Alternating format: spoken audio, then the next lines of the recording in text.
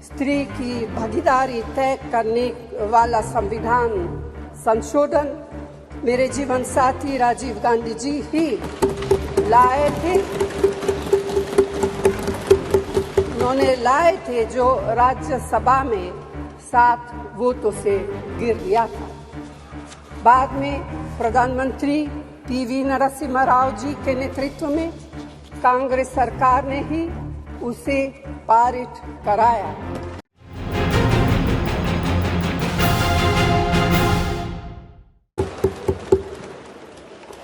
अध्यक्ष महोदय, आपने मुझे बोलने का इजाज़त दिया, मैं आपकी आभारी हूँ। भारतीय राष्ट्रीय कांग्रेस की तरफ मैं नारी शक्ति बंधन अधिनियम 2023 के समर्थन में खड़ी हुई हूँ।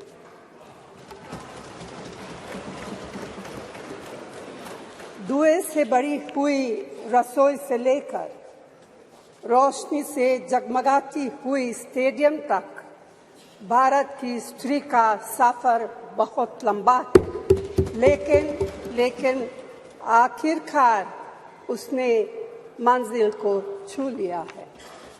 उसने जन्म दिया, उसने परिवार चलाया, उसने पुरुषों के बीच तेज दौड़ लगाई और असीम धीरज के साथ अक्सर खुद को हारते हुए लेकिन आखिरी बाजी में जीतते हुए देखा। भारत की स्त्री के हृदय में महासागर जैसा धीरज है। उसने खुद के साथ हुई बेईमानी की शिकायत नहीं की और सिर्फ अपने फायदे के बारे में कभी नहीं सोचा।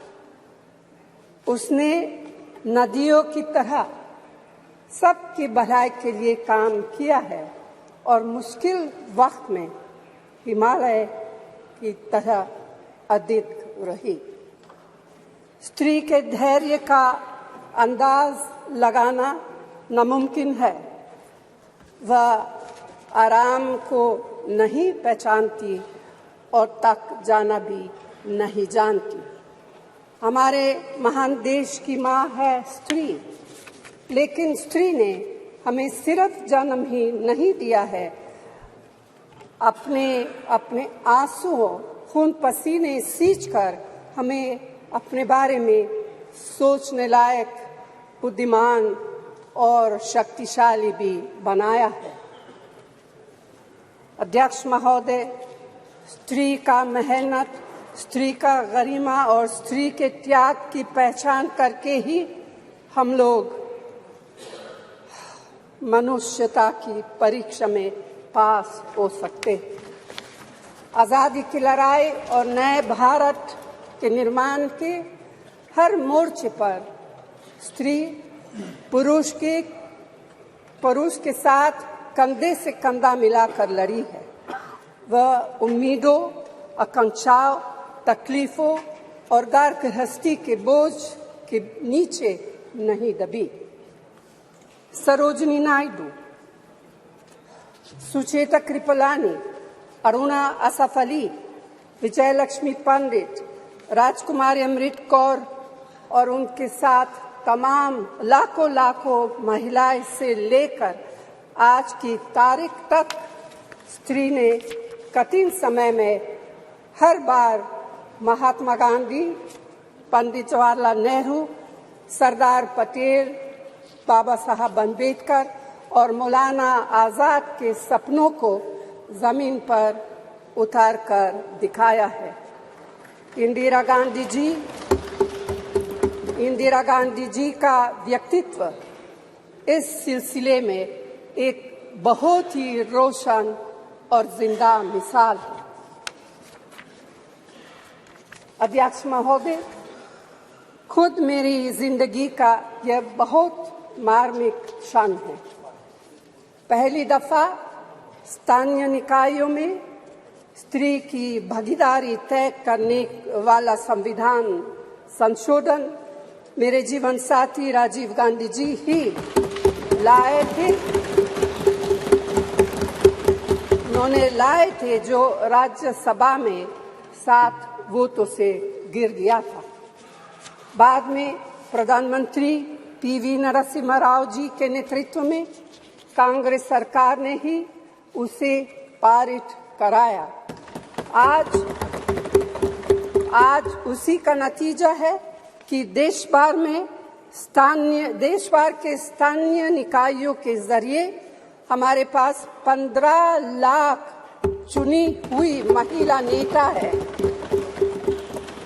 राजीव गांधी जी का सपना अभी तक आधा ही पूरा हुआ है।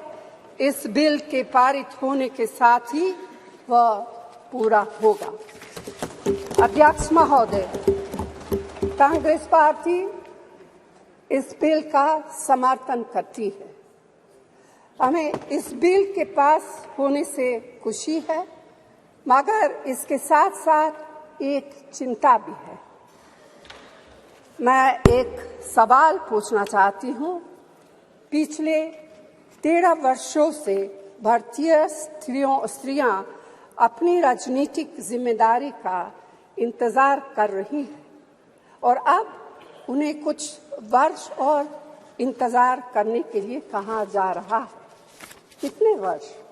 2 वर्ष, 4 वर्ष, 6 वर्ष, 8 वर्ष? क्या भारत की स्त्रियों के साथ बर्ताव उचित है? भारतीय राष्ट्रीय कांग्रेस की मांग है कि यह बिल फौरन अमल में लाया जाए,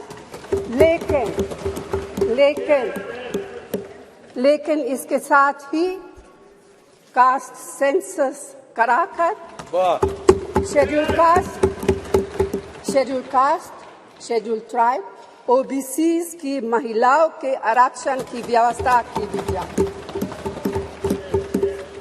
सरकार को इसे साकार करने के लिए भी जो कदम उठाने की जरूरत है वह उठाने ही चाहिए। अध्यक्ष महोदय, स्त्रियों के योगदान की स्वीकार करने और उसके प्रति आभार व्यक्त करना का यह सबसे उचित समय।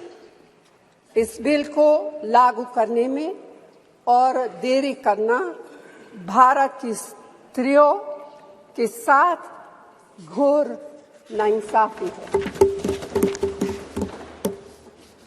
भारतीय राष्ट्रीय कांग्रेस की तरफ से मैं आपके द्वारा सरकार से मांग करती हूं कि नारी शक्ति बंधन अधिनियम 2023 को उसके रास्ते की सारी रुकावटों को दूर करते हुए जल्दी से जल्दी लागू किया जाए। ऐसा करना न सिर्फ जरूरी है बल्कि